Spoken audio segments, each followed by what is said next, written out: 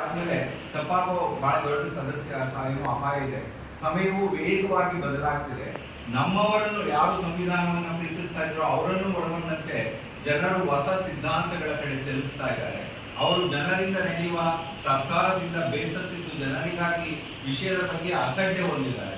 ನಾವು ಸಂವಿಧಾನದ ಆಶಯದಂತೆ ಜನರಿಂದ ಜನರಿಗಾಗಿ ಮತ್ತು ಜನರೇ ನಡೆಸುವ ತಾತ್ವಿಕ ಸರ್ಕಾರವನ್ನು ಬಯಸುವುದಾದರೆ ಸಂವಿಧಾನವನ್ನು ರಕ್ಷಿಸಿಕೊಳ್ಳುವುದು ಅತ್ಯಂತ ಮುಖ್ಯವಾದ ವಿಷಯ ಆಗಿದೆ.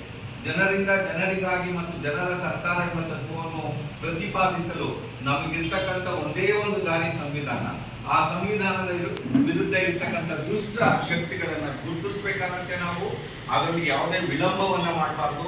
ಸೊ ಅಂಥ ದುಷ್ಟ ಶಕ್ತಿಗಳನ್ನ ನಾವು ದೂರ ತರಿತಕ್ಕಂಥ ತೊಡೆದಾಕ್ತಕ್ಕಂಥ ಕೆಲಸದಲ್ಲಿ ದುರ್ಬಲ ಆದ್ರೆ ದೇಶವನ್ನ ರಕ್ಷಣೆ ಮಾಡಲಿಕ್ಕೆ ಸಾಧ್ಯ ಇಲ್ಲ.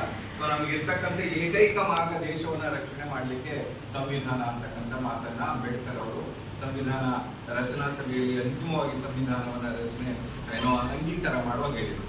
ಹಾಗಾಗಿ ಗೆಳೆಯರೇ, ಇವತ್ತು ನಾವು ನಿಮ್ಮ ಮುಂದೆ ಬಂದಿರತಕ್ಕಂಥದ್ದು ರಾಜ್ಯದ ಮತ್ತು ಈ ಜಿಲ್ಲೆಯ ಜನತೆ. ಯಾಕಂದ್ರೆ ವಿಶೇಷವಾಗಿ ನಾನು ರಾಮನಗರ ಜಿಲ್ಲೆಯವನೇ. ನಾನು ಹುಟ್ಟಿದ್ದು ವೀರೇಗೌಡರಲ್ಲಿ. ನನ್ನ ಕರ್ಮಭೂಮಿ ರಾಮನಗರ. ಸುಮಾರು 18 ವರ್ಷಗಳ ಕಾಲ ಇಲ್ಲಿ ಶಿಕ್ಷಣಕ್ಕೋಸ್ಕರ ಕೆಲಸ ಮಾಡಿದ್ದೇನೆ. ನಾವು ಜನತೆಯಲ್ಲಿ